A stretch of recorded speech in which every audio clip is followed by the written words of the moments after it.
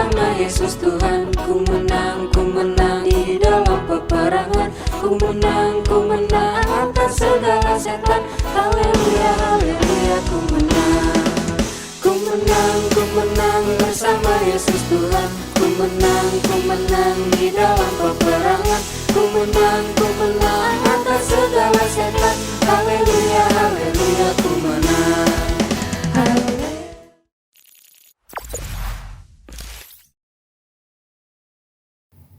Selamat pagi Bapak Ibu yang terkasih dalam Tuhan. Selamat datang di ibadah raya Gereja Baptis Indonesia Smyrna yang ke-315. Hari ini Minggu 24 Oktober 2021. Semoga ibadah kita hari ini disertai dan dilindungi Tuhan. Bapak Ibu, silahkan setelah ibadah dapat untuk melaporkan kehadiran di grup WA Smyrna. Bapak Ibu yang terkasih, ada beberapa pengumuman dalam warta gereja kita pada minggu hari ini. Saya akan bantu membacakannya. Jam doa akan diadakan pada hari Rabu 27 Oktober 2021 pukul 18.30 waktu Indonesia Barat di rumah masing-masing, dan silahkan untuk melaporkan kehadiran di grup WA Smyrna. Untuk sekolah minggu akan dilaksanakan setelah ibadah, yaitu jam 9.30 untuk kelas Pratama dan Indria, jam 9.45 untuk kelas dewasa, jam 10 untuk kelas remaja. Silakan Bapak, Ibu, Saudara, dan anak-anak untuk dapat mempersiapkan diri untuk mengikuti sekolah minggu secara virtual. Laporan kegiatan ibadah kita pada tanggal 17 Oktober 2021 dihadiri 88 orang. Jam doa pada tanggal 13 Oktober dihadiri 36 orang. Sekolah minggu pada tanggal 17 Oktober 2021 dihadiri 27 orang. Dan prima pada tanggal 17 Oktober 2021 dihadiri 9 orang. Gereja mengucapkan selamat ulang tahun kepada anak Adara Christabel Abigail Tambunan pada tanggal 24 Oktober, Bapak Halomoan Purwa Tambunan pada tanggal 26 Oktober, Ibu Widita Risdiani pada tanggal 26 Oktober, dan anak Christian Hanung Andito pada tanggal 30 Oktober. Kiranya Tuhan Yesus selalu memberkati kita semua. Baik Bapak Ibu yang terkasih, demikian warta gereja pada hari ini. Kita akan menyiapkan hati dan pikiran kita.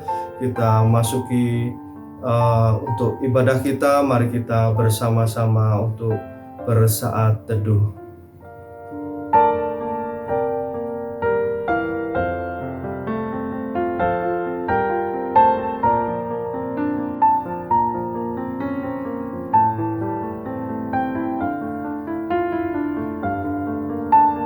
Amin.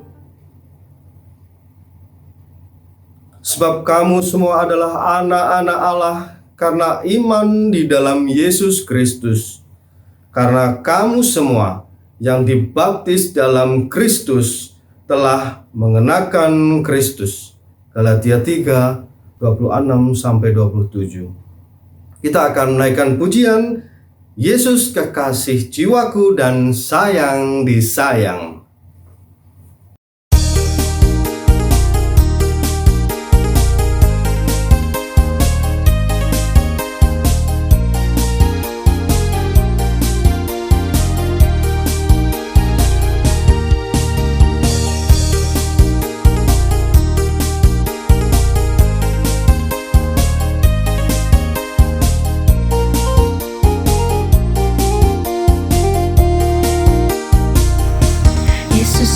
Jiwaku, sungguh ku percaya padamu. Karena kasih-Mu padaku, Kau tebus dosaku. Dari terbitnya matahari dan sampai terbenamnya. Ku angkat lagu pujian, tinggikan namamu. Dengan gendang ku puji dengan kecapi. Oh, ku bernyanyi, haleluya Yesus kekasihku. Sayang, disayang, aku disayang Tuhan. Aku diangkat jadi anaknya, aku disayang Tuhan. Glory, glory, glory, haleluya. Glory, glory, glory, puji Tuhan. Glory, glory, glory, haleluya. Glory, glory, glory, puji Tuhan.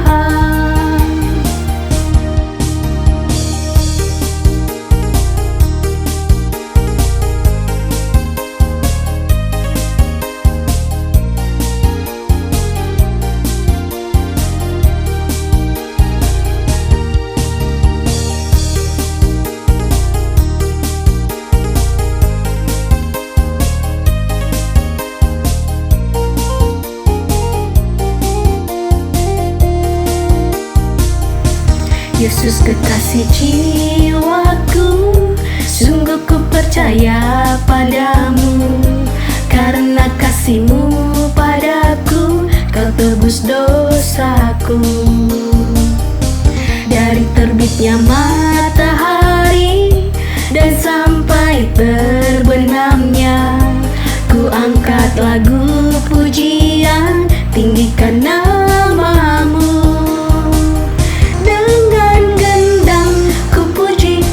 Dengan kecapi, oh, ku bernyanyi, haleluya Yesus kekasihku.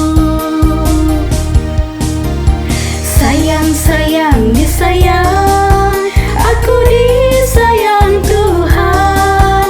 Aku diangkat jadi anaknya, aku disayang Tuhan. Glory, glory, glory, haleluya. Glory, glory, glory, puji Tuhan. Glory, glory, glory, haleluya. Glory, glory, glory, puji Tuhan. Dengan gendang ku puji dengan kecapi. Oh, ku bernyanyi, haleluya Yesus kekasihku. Dengan gendang ku puji dengan kecapi. Oh, ku bernyanyi, haleluya Yesus kekasihku. Sayang, disayang, aku disayang Tuhan. Aku diangkat jadi anaknya, aku disayang Tuhan. Glory, glory, glory, haleluya. Glory, glory, glory, puji Tuhan. Glory, glory, glory, haleluya. Glory, glory, glory, puji Tuhan. Glory, glory, glory, haleluya. Glory, glory, glory, puji Tuhan. Glory, glory, glory, haleluya. Glory, glory, glory, puji Tuhan. Bapak Ibu yang terkasih dalam Tuhan, kita akan berdoa bersama-sama. Bapa di surga, terima kasih ya Tuhan atas berkat-Mu pada hari ini. Terima kasih berkat-Mu ya Tuhan yang mengalir dalam setiap kehidupan kami hari lepas hari. Hari ini kami bersimpuh, bersujud bersama-sama ya Tuhan, ingin beribadah kepadamu ya Tuhan. Inilah kami ya Tuhan, hati dan pikiran kami. Biarlah kami tertuju kepadamu, biarlah kami belajar tentang firman-Mu, biarlah hati dan pikiran kami lurus kepadamu. Terima kasih Tuhan, sertai kami dari awal, pertengahan, hingga akhir ibadah kami pada hari ini. Dalam nama Yesus Kristus, kami sudah berdoa dan mengucap syukur. Amin. Bapak Ibu yang terkasih, kita akan menaikkan pujian Semua Baik.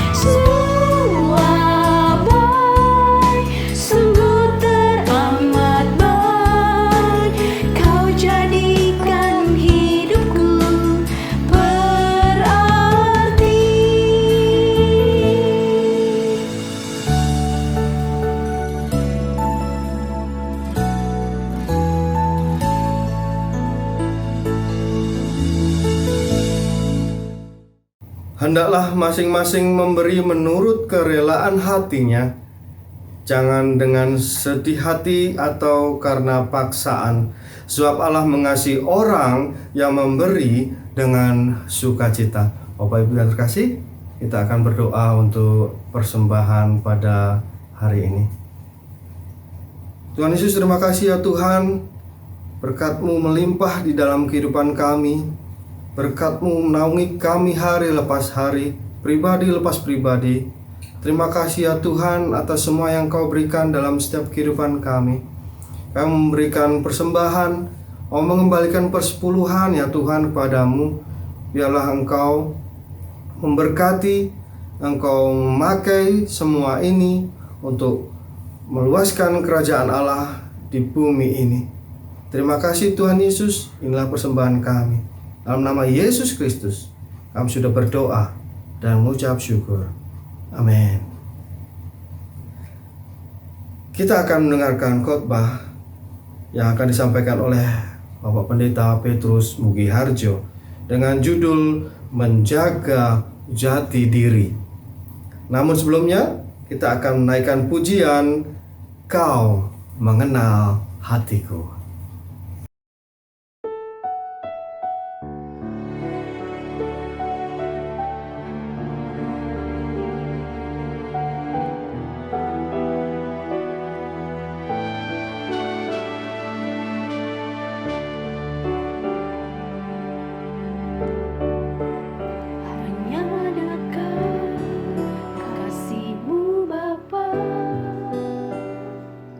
Jiwaku pun tentram, Engkau menerimaku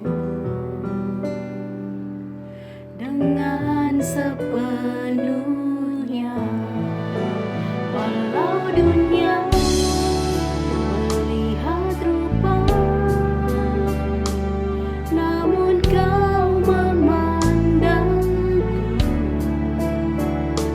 sampai ke kedalaman hatiku.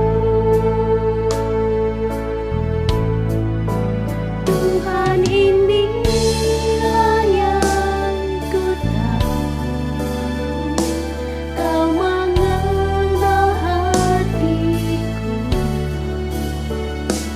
jauh melebihi semua yang terdekat sekalipun. Tuhan, inilah yang ku mau, Kau menjaga hatiku supaya kehidupan memancar senantiasa.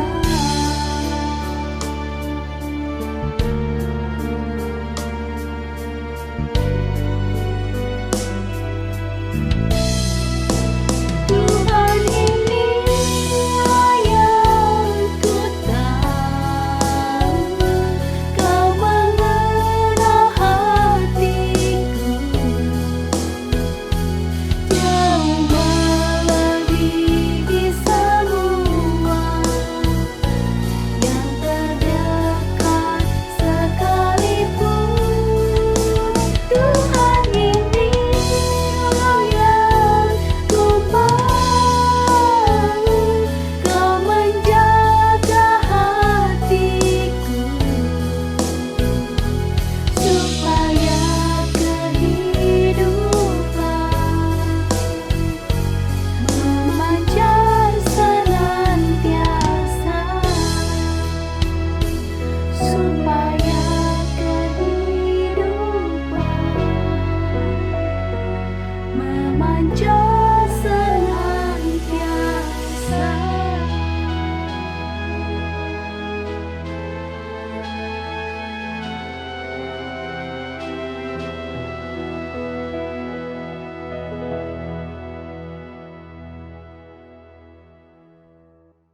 Bapak Ibu sekalian, mari kita tunduk kepala, kita berdoa bersama-sama.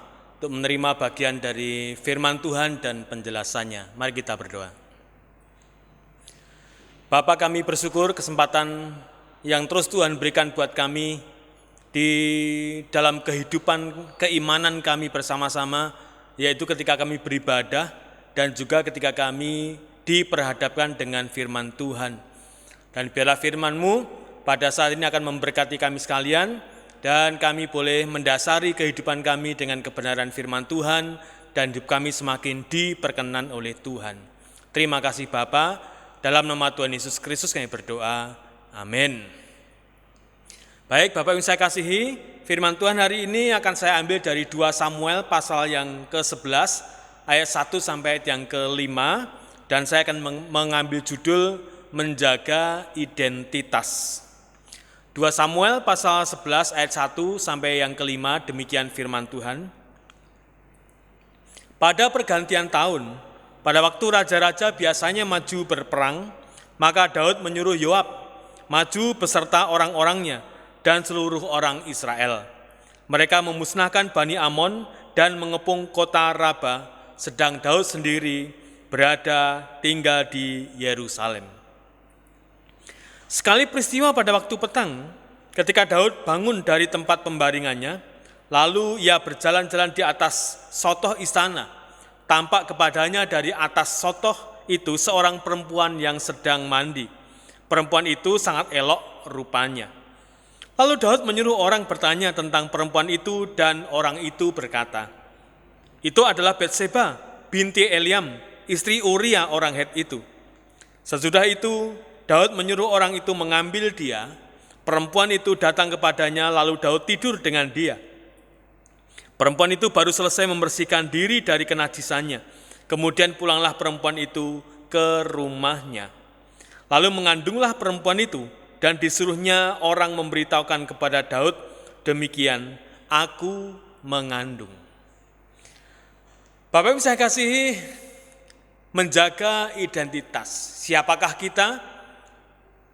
Apakah jati diri kita? Apakah predikat kita?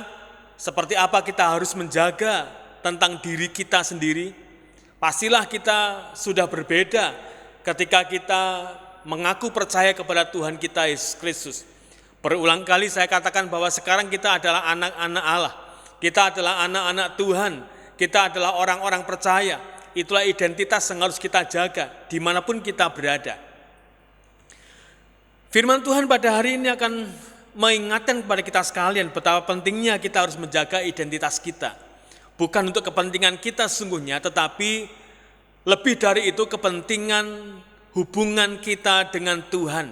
Oleh karena Tuhan yang sudah memiliki kita, Tuhan yang sudah menebus dosa-dosa kita, Tuhan yang sudah mengangkat kita untuk menjadi anak-anaknya.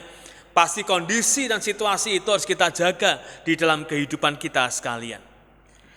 Pasal 2 Samuel 11 ayat 1 sampai 27 kalau kita mau baca secara keseluruhan, sesungguhnya ini mengisahkan tentang kondisi Daud yang jatuh ke dalam dosa yang sangat-sangat tragis. Dia seorang pemimpin besar, dia seorang yang diurapi oleh Tuhan, dia seorang yang mendapatkan kepercayaan yang dari Tuhan untuk memimpin satu bangsa. Dia adalah orang pilihan Tuhan, maka identitas itulah yang mestinya melekat dalam diri Daud. Tetapi Daud kini tinggal di Yerusalem. Nanti kita lihat, mestinya Daud berada di medan perang. Dan kondisi seperti itu membuat Daud abai yang mengakibatkan kehancuran rohani dan kehancuran moralnya.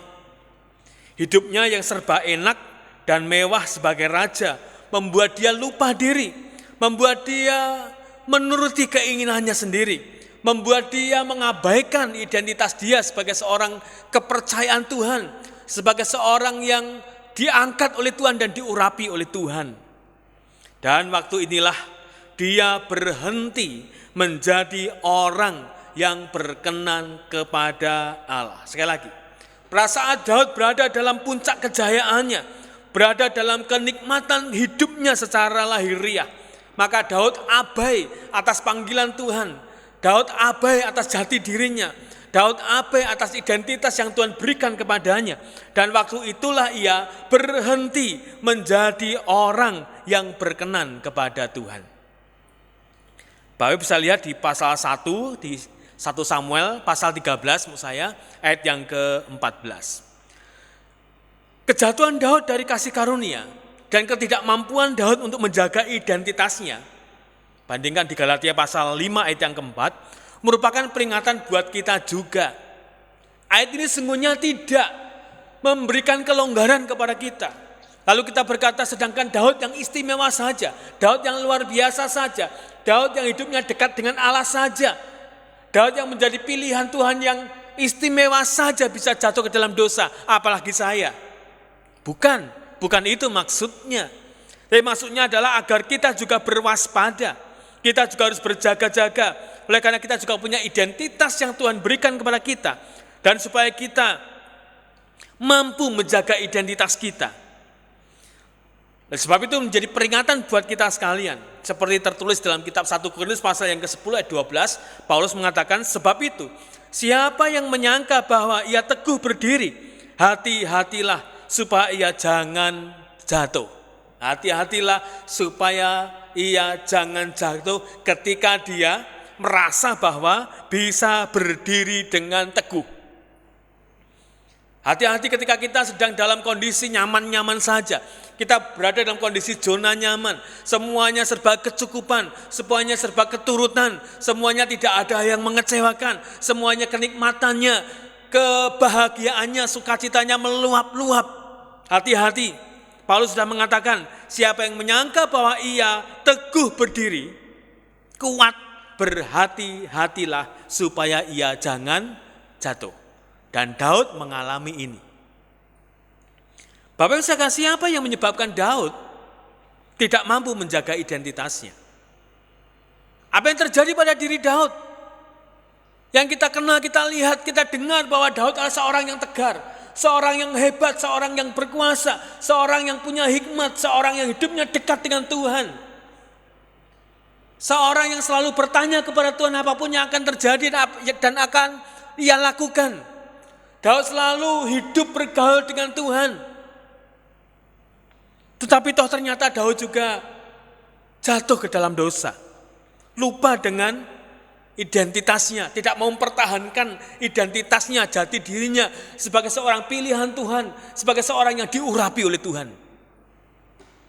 Apa yang menyebabkan Daud tidak mampu menjaga identitasnya? Yang pertama, Daud mengabaikan panggilannya. Daud mengabaikan panggilannya. Bapak Ibu saya kasih, kalau kita baca di ayat tadi, kita mendapatkan informasi bahwa dia tinggal di Yerusalem yang seharusnya dia berada di medan perang.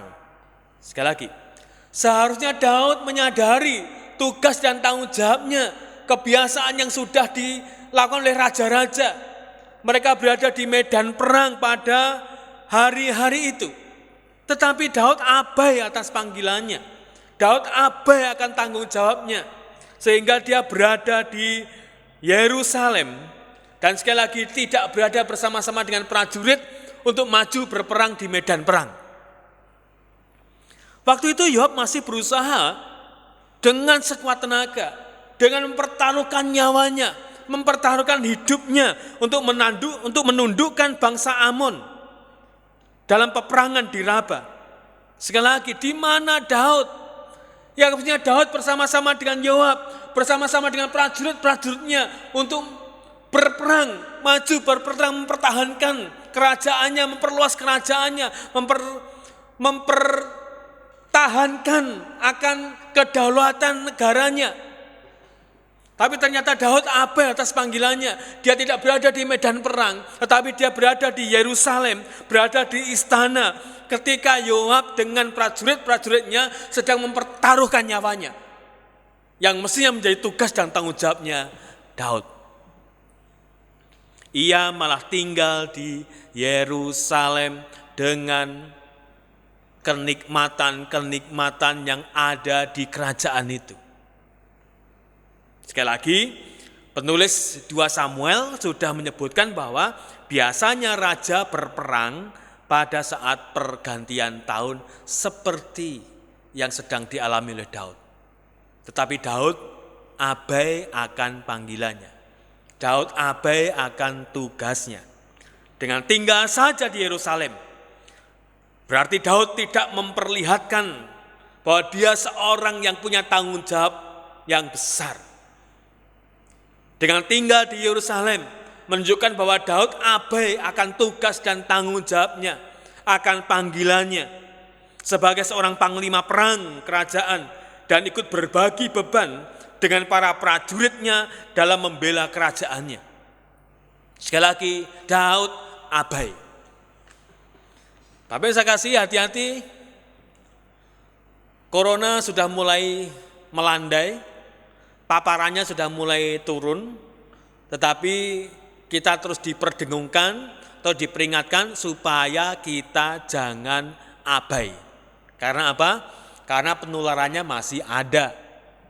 Ya, penularannya masih ada. Sebab itu, Bapak Ibu sekalian, kemanapun Bapak Ibu berada, harus tetap menjaga protokol kesehatan dengan sangat-sangat ketat.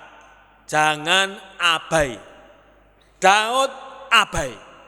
Sehingga Daud, kita lihat di sana, ketika dia keluar, ketika dia berjalan-jalan di atas sotoh istananya, maka karena keabaian Daud, maka disitulah menjadi titik awal dari kejatuhannya. Sekali lagi, dengan tinggal di Yerusalem, Daud berarti tidak bertanggung jawab atas panggilan dan tugasnya sebagai seorang panglima perang yang mestinya bersama-sama dengan prajurit-prajuritnya untuk berada di medan perang dengan untuk membela kerajaannya. Ketika kita keluar dari tugas kita, ketika kita keluar dari panggilan kita keluar dari pelayanan kita berada dalam situasi yang berbahaya. Bapak Ibu sekalian, kita punya identitas, yaitu bahwa ketika kita percaya kepada Yesus, dari budak dosa menjadi budaknya Yesus, tidak ada tugas lain dari seorang budak selain melayani tuannya. Kita adalah hamba-hamba Tuhan, kita adalah abdi-abdinya Tuhan sekarang ini. Kita punya identitas yaitu pelayan-pelayan Tuhan. Oleh sebab itu saya mau ingatkan, jangan abai dari tugas itu. Karena ketika kita abai dari tugas panggilan itu, kita berada dalam situasi yang berbahaya. Mari kita melayani dengan semangat. Mari kita melayani dengan penuh tanggung jawab. Apapun tugas yang harus kita kerjakan, apapun pelayanan yang harus kita selesaikan, mari kita selesaikan tugas dan pelayanan kita dengan sebaik-baiknya. Karena itu adalah bagian dalam kehidupan kita sebagai tanggung jawab kita seorang percaya. Jangan sampai abai. Pada saat kita abai, kita berada dalam situasi berbahaya. Bapak Ibu saya kasihi, seringkalikah kita abai? Abai dengan pelayanan kita, abai dengan kesetiaan kita, abai dengan penyerahan diri kita, abai dengan tugas-tugas keimanan kita. Hati-hati, ketika kita abai, kita berada dalam situasi berbahaya. Mungkin kita merasa, cuman izin sehari kok nggak melayani. Cuman izin 1 minggu ini kok nggak melayani. Cuman nggak berdoa ini hari ini saja kok. Hati-hati. Itu sudah abai dalam kehidupan keimanan kita. Dan sekali lagi, Daud memberikan peringatan kepada kita. Ketika Daud abai, maka dia jatuh ke dalam dosa. Ketika kita abai, besar kemungkinan juga kita akan jatuh ke dalam dosa. Bagian yang kedua, mengapa Daud jatuh ke dalam dosa? Yang kedua adalah mata yang tidak tertuju kepada Tuhan. Mata yang tidak tertuju kepada Tuhan. Bapak sekalian, ketika kita berjalan dan ketika mata kita tidak tertuju pada fokus jalan kita, bisa saja jalan kita menjadi serong. Bisa saja jalan kita menjadi menyimpang. Bisa saja kita sandung kemudian jelungup dan jatuh, bisa saja. Karena apa? Karena mata kita tidak fokus. 2 kali setahun mata saya harus dicek lebar pandangnya, oleh karena ada masalah di mata saya. Jadi mata saya harus fokus ke satu titik. Ketika saya fokus ke satu titik, kemudian ada titik-titik lain yang menyala, apakah saya bisa melihat atau tidak. Ya, kalau saya tidak fokus, maka semuanya ini akan hilang. Kalau saya tidak fokus, maka titik-titik ini tidak akan kelihatan. Nah, oleh sebab itu, mata yang tertuju kepada Tuhan, mata yang tertuju kepada Dia, mata yang tertuju kepada kasih dan kemuliaannya, sangat-sangat menentukan jalan kehidupan kita. Kemana mata kita tertuju? Kemana arah pandang kita fokuskan? Apakah fokus kepada dunia ini? Apakah fokus kepada harta benda? Apakah fokus kepada hal lahiriah? Atau kita fokus kepada Tuhan yang akan bisa melihat karya-karya Tuhan yang besar dalam kehidupan kita? Daud jatuh dalam dosa oleh karena dia tidak fokus kepada Tuhan. Matanya tidak tertuju kepada Tuhan. Pada saat dia bangun tidur mungkin di tengah petang, kemudian dia berjalan di atas sotoh istana, lalu mata Daud melihat seorang perempuan yang sedang mandi, dan sekejap waktu itulah Daud terpikat dan menjadi awal dari kejatuhan Daud. Sekilas saja, sebentar saja, sekejap saja.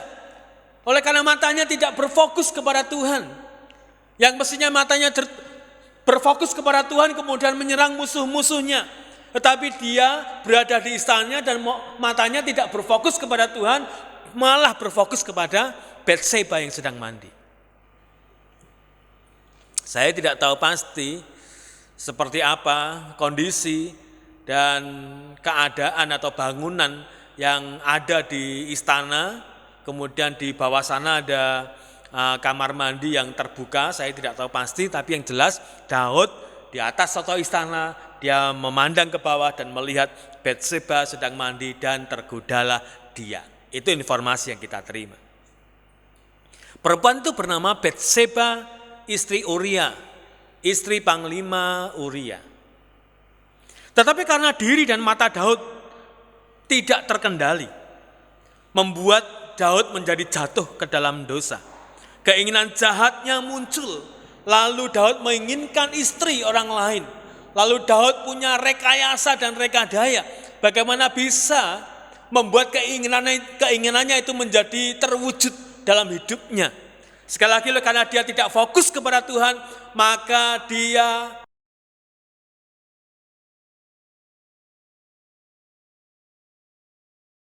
godaan mata Daud membuat Daud tanpa pikir panjang berbuat yang tidak senonoh terhadap Batseba. Tapi saya kasihi, mata memang perlu sehingga Tuhan memberikan kepada kita mata. Anak-anak itu diberikan lagu waktu sekolah minggu, ini lagu lama. Hati-hati gunakan matamu, hati-hati gunakan matamu, Allah Bapa di surga melihat sebawah, hati-hati gunakan matamu. Kita punya mata dan Tuhan sudah memberikan peringatan kepada kita supaya berhati-hatilah menggunakan mata. Oleh karena Tuhan memang memberi mata itu kepada kita, karena kita membutuhkan mata itu. Mata memang perlu ada sehingga diberikan oleh Tuhan. Tetapi ketika mata disalahgunakan, maka mata akan membawa malapetaka. Lihatlah Hawa pada saat dia mengawal hidupnya jatuh ke dalam dosa. Matanya melihat bahwa buah pohon itu baik kelihatannya. Lalu muncul keinginannya untuk memetiknya, dan tidak hanya itu saja, ingin memakannya. Dari mulai matanya. Oleh sebab itu tepatlah juga kalau ada pepatah mengatakan, dari mana datangnya lintah, dari sawah turun ke kali. Dari mana datangnya cinta, dari mata turun ke hati. Mulai dari mata. Kalau matanya salah, hati-hati, bisa salah juga dalam kehidupannya. Pandangan matanya telah melupakan identitasnya sebagai anak Tuhan. Bapak-Ibu sekalian, memberi peringatan buat kita sekalian bahwa kita punya mata. Sepasang mata kita ini bisa menjelajah kemana saja. Sepasang mata kita ini bisa melihat apa saja. Dan hati-hati, apa yang kita lihat akan kita tangkap dalam memori otak kita dan akan diolah. Sehingga muncul sebuah keinginan. Kalau mata kita baik, pasti keinginan kita baik. Kalau mata kita jahat, hati-hati, maka akan muncul keinginan yang jahat. Oleh sebab itu, ketika Daud tidak berfokus kepada Tuhan, maka dia kehilangan pandangan-pandangan yang baik. Ketika Daud tidak berfokus kepada Tuhan, maka dia kehilangan arah yang baik. Sehingga kehidupan Daud pun jatuh dalam dosa. Demikian juga kita, kalau mata kita tertuju kepada Tuhan, maka kita akan melihat hal yang baik yang Tuhan sediakan buat kita sekalian. Tetapi ketika mata kita juga tidak tertuju kepada Tuhan, maka akan ada keinginan-keinginan buruk di luaran sana yang bisa mempengaruhi kehidupan kita. Oleh karena kita kehilangan arah pandang yang baik dari Tuhan. Pandangan matanya telah melupakan identitasnya sebagai anak Tuhan. Bapak yang saya kasihi, akhirnya perhatikanlah langkah-langkah dosa yang terjadi pada Daud. Bak menuruni bukit yang sangat terjal. Ketika sudah turun dari bukit yang sangat terjal dengan kecepatan yang begitu tinggi, maka tak mungkin bisa dikendalikan dan tak mungkin bisa diberhentikan. Demikian juga kesalahan, demikian juga dosa. Ketika sudah meluncur jauh, maka sulit untuk dikendalikan, sulit untuk bisa diberhentikan. Dan akhirnya Daud pun tidak mampu memberhentikan keinginan buruknya. Hati-hati saudara, ketika kita merasa bahwa kita melakukan dosa dan merasa kita tidak apa-apa, tidak ada pengaruh apa-apa, mungkin dosa itu akan kita lakukan dan semakin besar kita lakukan. Mungkin kita melakukan dosa yang sedikit dan merasa tidak apa-apa, mungkin tambah lagi dan kita tidak merasa bahwa kita melakukan dosa dan pelanggaran, maka akhirnya dosa sulit dihentikan dan akhirnya akan menuju kepada suatu kehidupan yang sangat-sangat mengkhawatirkan dan membahayakan. Bagaimana mungkin Daud menegur atau menghukum orang lain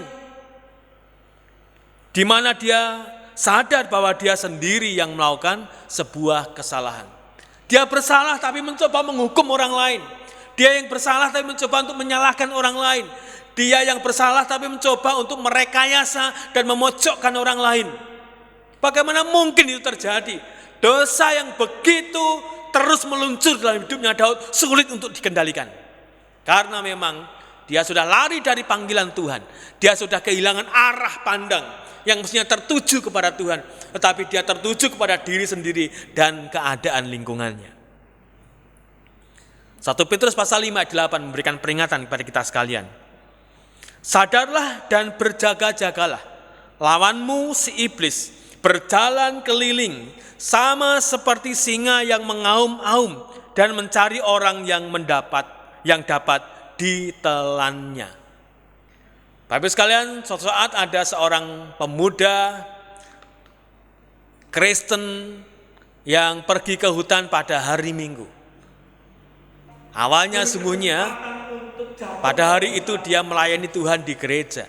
Tapi dia melupakan panggilan itu, dia mengabaikan pelayanan itu dan dia pergi ke hutan untuk mencari jejak.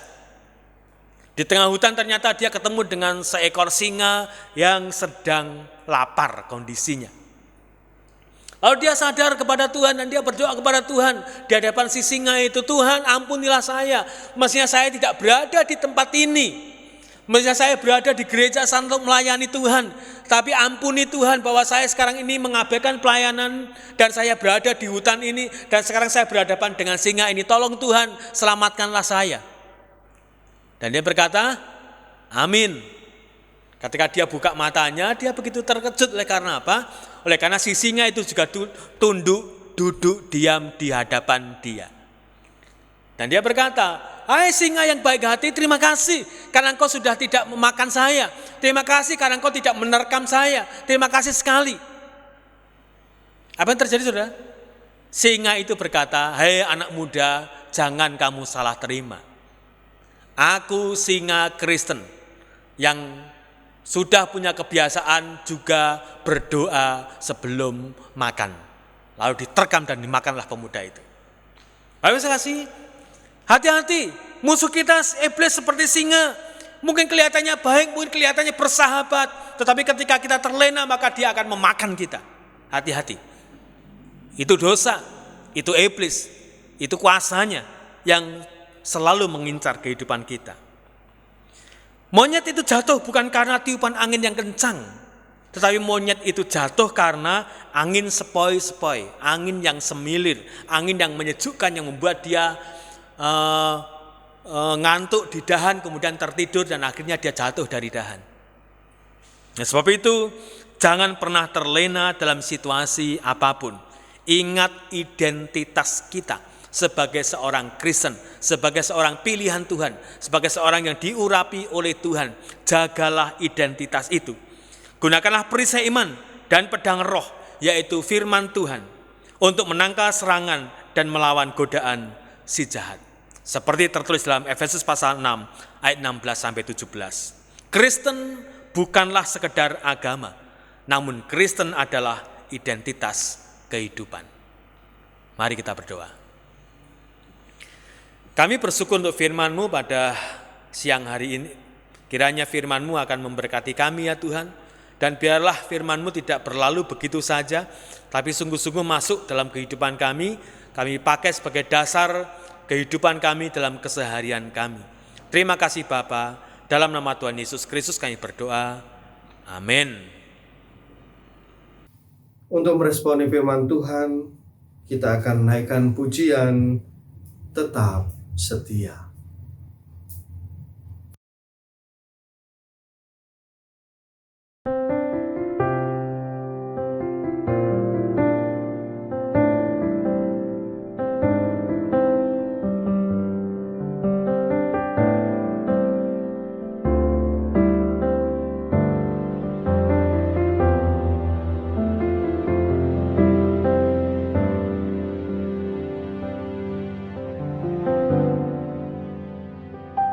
Selidiki aku, lihat hatiku, apakah ku sungguh mengasihimu, Yesus, Kau yang Maha Tahu dan menilai hidupku, tak ada yang tersembunyi bagimu.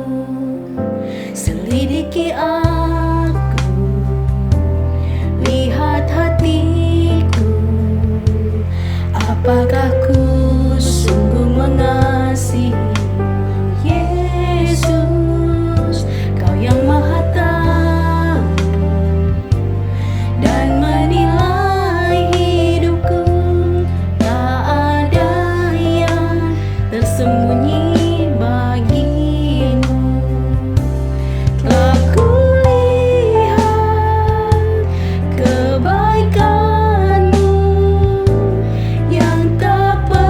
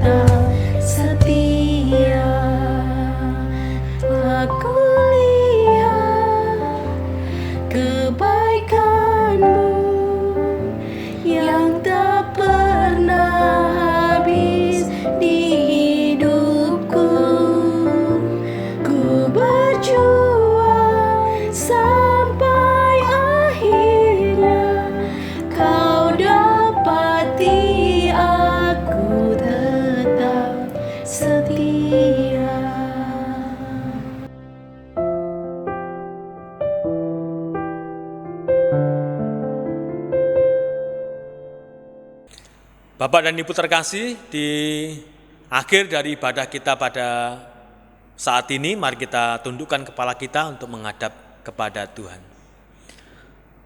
Bapa, kami bersyukur kepadamu atas kebaikan dan kemurahan-Mu, sehingga kami bersama-sama boleh beribadah pada minggu hari ini.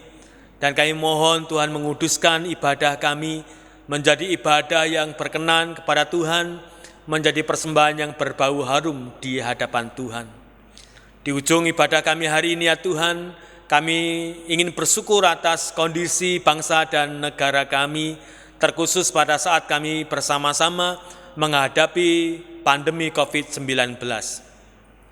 Kami bersyukur buat perkembangan baik yang terjadi di negeri kami dengan semakin sedikitnya jumlah paparan yang terjadi dari COVID-19 dan juga banyaknya para pasien COVID-19 yang bisa disembuhkan dan semakin berkurangnya korban jiwa atas COVID-19.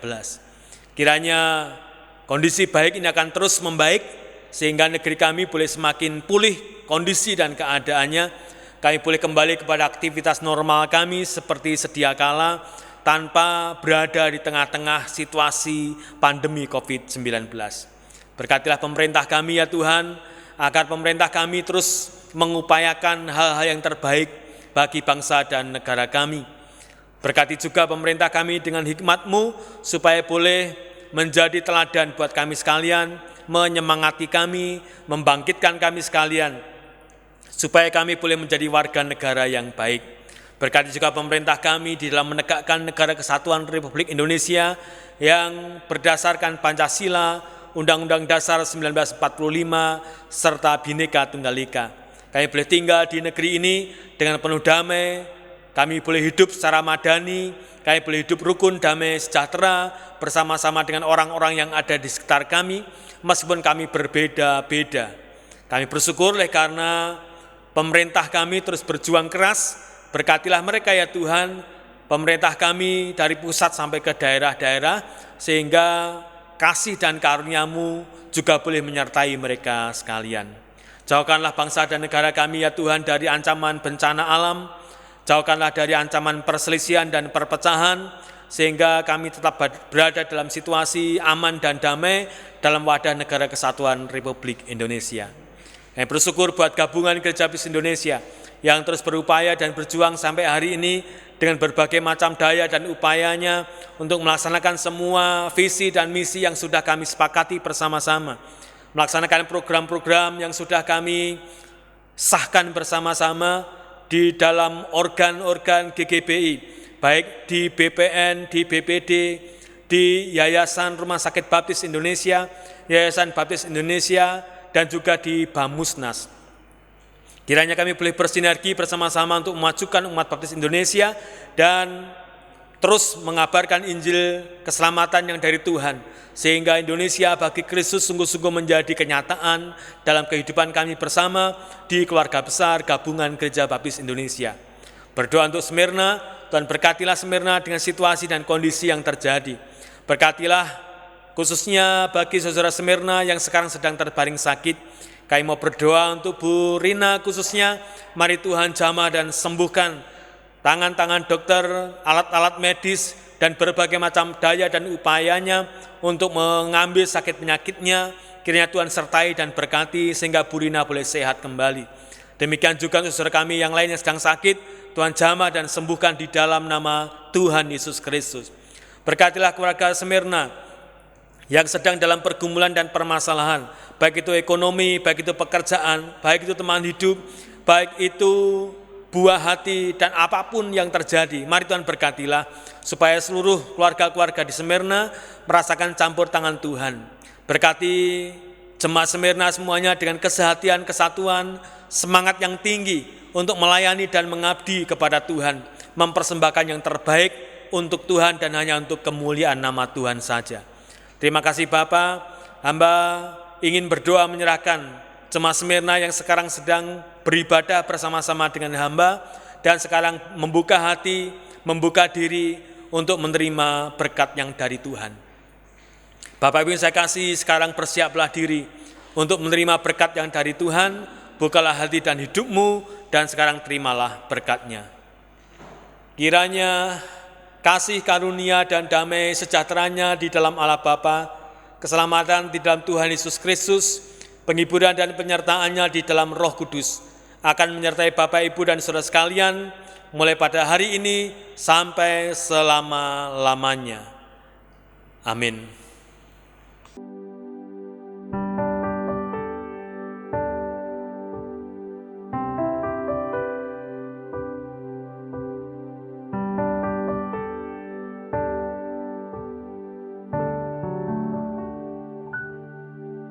Terima kasih Tuhan untuk kasih setiamu yang ku alami dalam hidupku. Terima kasih Yesus untuk kebaikanmu sepanjang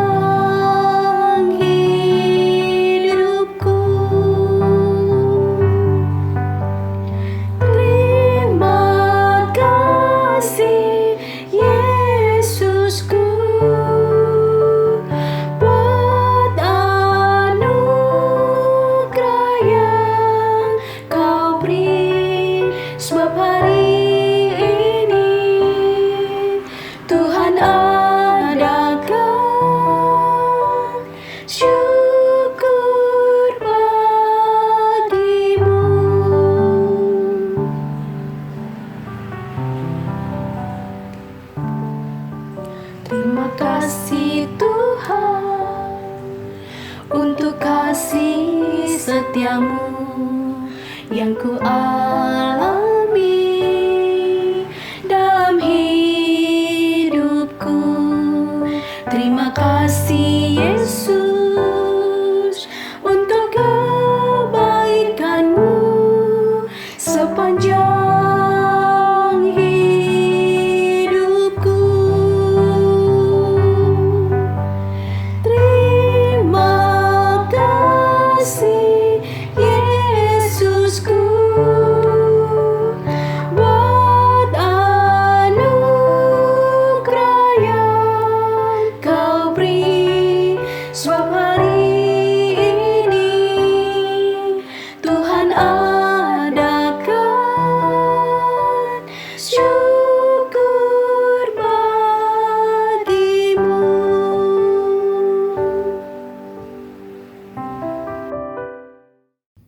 Puji Tuhan, ibadah kita sudah berakhir.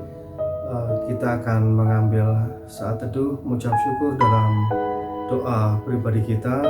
Selamat hari Minggu, Tuhan Yesus memberkati.